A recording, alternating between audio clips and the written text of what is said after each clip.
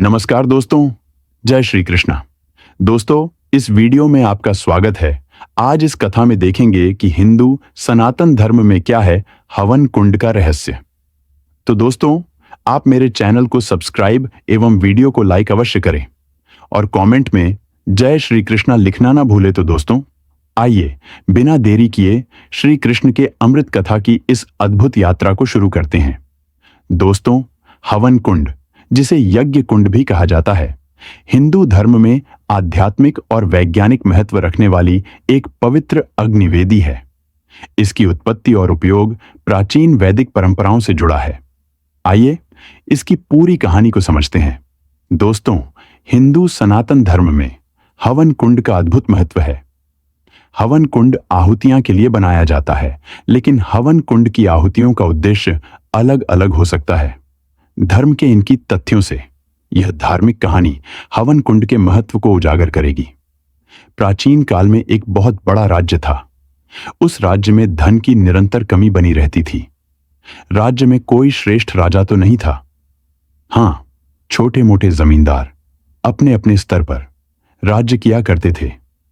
राज्य के अंदर आने वाले सभी गांवों की व्यवस्था निरंतर बदतर होती जा रही थी। गरीबी की वजह से लोगों को दैनिक जीवन में समस्याएं उत्पन्न होने लगी। खाने पीने की चीजों की भारी कमी आ चुकी थी, जिसकी वजह से लोग कीड़े मकोड़े, सांप, बिच्छू तक खाने लगे। एक रात एक बुजुर्ग सड़क पर तड़प रहा था। रास्ते से दो व्यक्ति गुजरते हुए उसे देख लेते हैं। वह तुरंत उसकी मदद के लिए उसके पास पहुंच जाते हैं, लेकिन जैसे ही वह उसे हाथ लगाते हैं, दोनों ही उसी तरह तड़पने लगते हैं और देखते देखते कुछ घंटों में ही उनकी दर्दनाक मौत हो जाती है। रात भर सड़क पर तीनों लावारिस पड़े रहते हैं। सुबह होते ही उन तीनों के आजू बाजू लोगों की भीड़ लग जाती है। तभी दो लोग उन्हें उठाने जाते हैं, लेकिन ये दोनों भी किसी बीमारी से ग्रसित होकर तड़पने लगते हैं। राज्य में एक अनजान महामारी ने अपने कदम रख दिए थे। दोनों को तड़प कर मरते देख किसी की हिम्मत उनके पास जाने की नहीं होती। सभी घबराकर इधर उधर भागने लगते हैं। प्राचीन काल में राज्य के गांवों में वैद्य हुआ करते थे। संयोग से पास ही एक वैद्य जी की कुटिया थी। सभी वैद्य जी के पास जाकर मरे हुए लोगों की जानकारी देते हैं। वैद्य जी भागते हुए उसी स्थान पर पहुंच जाते हैं जहां वह मृत अवस्था में पड़े थे। महामारी के चलते वह उनके नजदीक नहीं जाना चाहते थे। तीनों का शरीर काला पड़ चुका था, जिससे वैद्य जी को आभास हो रहा था कि यह कोई जहरीली वायु का प्रभाव है और हो ना हो यह वातावरण प्रदूषित हो रहा है। वैद्य जी सभी को अपना चेहरा कपड़े से ढकने को कहते हैं। महामारी अपरिचित थी, जिसके बारे में अभी तक किसी को कोई जानकारी नहीं थी।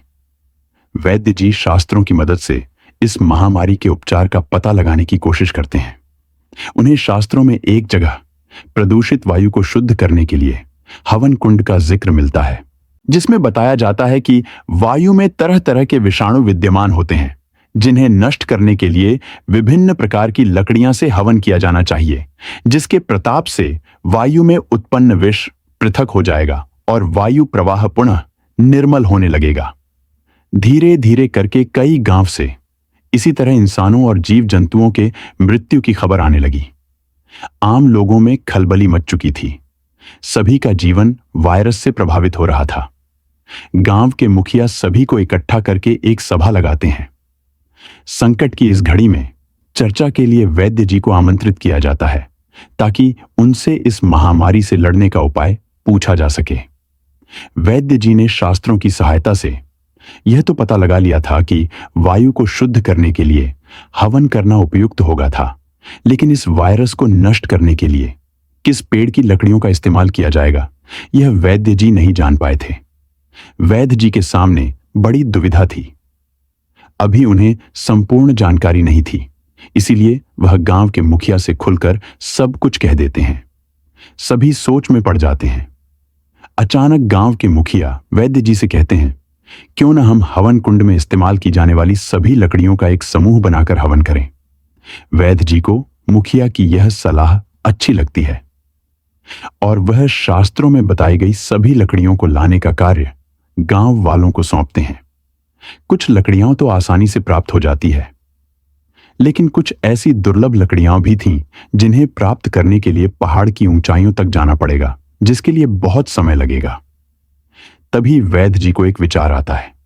यदि पहाड़ के ऊपर जाकर हवन किया जाए तो आसपास के सारे गांव की जलवायु शुद्ध होगी, जिससे और भी अतिशीघ्र समस्या का समाधान होगा।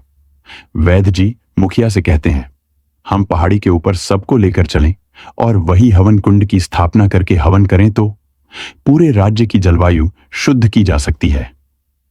यह बात सुनते ही सभी के चेहरे में सकारात्मकता आ जाती है। मुखिया तुरंत सभी से अपनी बैलगाड़ी तैयार करने को कहते हैं, ताकि बच्चों और बुजुर्गों को भी पहाड़ के ऊपर ले जाया जा सके। जैसे ही यह खबर फैलती है, आसपास के कई गांवों के लोग बैलगाड़ियों की लंबी लंबी कतारें लगातार पहाड़ के रास्ते चल देते हैं। पहाड़ के ऊपर पहुंचते ही एक विशाल गड्ढा खोदा जाता है, जिसके लिए कई लोगों की मेहनत लगती है और 12 घंटों के बाद एक हवन कुंड का निर्माण हो जाता है। गांव की आधी आबादी पहाड़ के ऊपर आ चुकी थी। सभी हवन कुंड की सामग्री इकट्ठा करने लगे थे, लेकिन लकड़ियां हवन कुंड में रखना एक चुनौतीपूर्ण कार्य था, क्योंकि हवन कुंड इतना विशाल था कि 5 हाथी भी समा जाए। हवन कुंड के अंदर कई लोग उतरकर लकड़ियां व्यवस्थित रखने लगते हैं, और जैसे ही कार्य पूर्ण हो जाता है तो वैद्य जी नीचे उतरकर कुछ मंत्रों के उच्चारण के साथ अग्नि प्रज्वलित कर देते हैं। कुछ ही क्षणों में आग का रूप विकराल हो जाता है और हवन कुंड की आग का धुआं धीरे धीरे वातावरण में फैलने लगता है। धुएं से लोगों को सांस लेने में परेशानी महसूस हो रही थी, लेकिन हवन कुंड का धुआं लोगों की श्वास नली को पवित्र कर रहा था।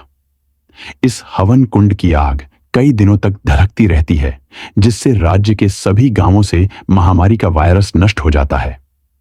इतने बड़े संकट से मुक्त होते ही गांव वालों के चेहरों में खुशी आ जाती है।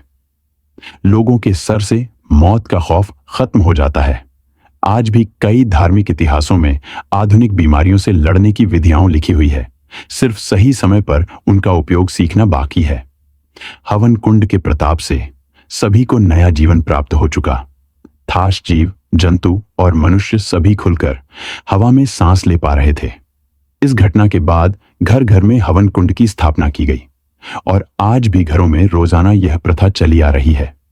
अर्थात हवन कुंड केवल एक धार्मिक प्रतीक नहीं, बल्कि प्रकृति और मानव के बीच सामंजस्य स्थापित करने का माध्यम है।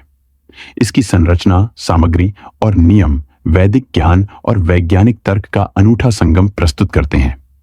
आज भी यह परंपरा स्वास्थ्य, शांति और पर्यावरण संरक्षण की दृष्टि से प्रासंगिक है। दोस्तों, हमें आशा है ये कहानी आपको जरूर पसंद आई होगी। दोस्तों, कमेंट बॉक्स में जय श्री कृष्णा लिखना ना भूलें।